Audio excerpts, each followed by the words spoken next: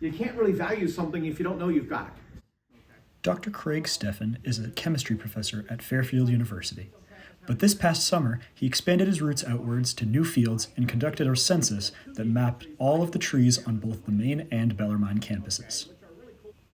Steffen recounted this experience while he spoke to an audience of over 20 people in the Banno Science Center. This guy here is a Nootka spruce. So it's 3,400 plus trees. Some are from like really old. Like I remember Dr. Steffen talked about one that was from like when the dinosaurs were around, which I thought was pretty cool. In addition to taking inventory, Steffen also noted that the information gathered would be vital to students who hope to conduct research, whether with a team or solo.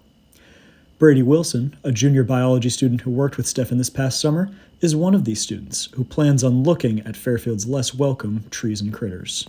The one that's the most notable that I'm talking about is the Tree of Heaven. They're originally from China.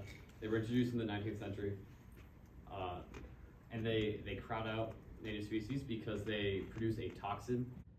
These trees of heaven don't just crowd out natives, though, as they also attract pests, such as the infamous spotted lanternfly.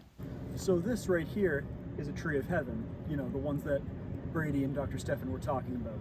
And you can't see it all too well right now because it's November, but in the summertime and springtime, you'd see clumps of lanternflies sitting on the bark right here. And what that is basically them sucking the sap out of the trees. To explain more about his future plans regarding the data he had helped gather, Brady sat down with us in Dolan Hall.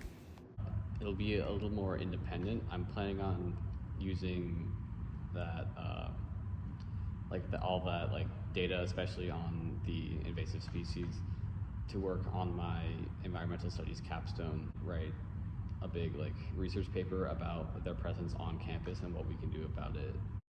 From Fairfield University, I'm Evan Hilliard, Fairfield News Network.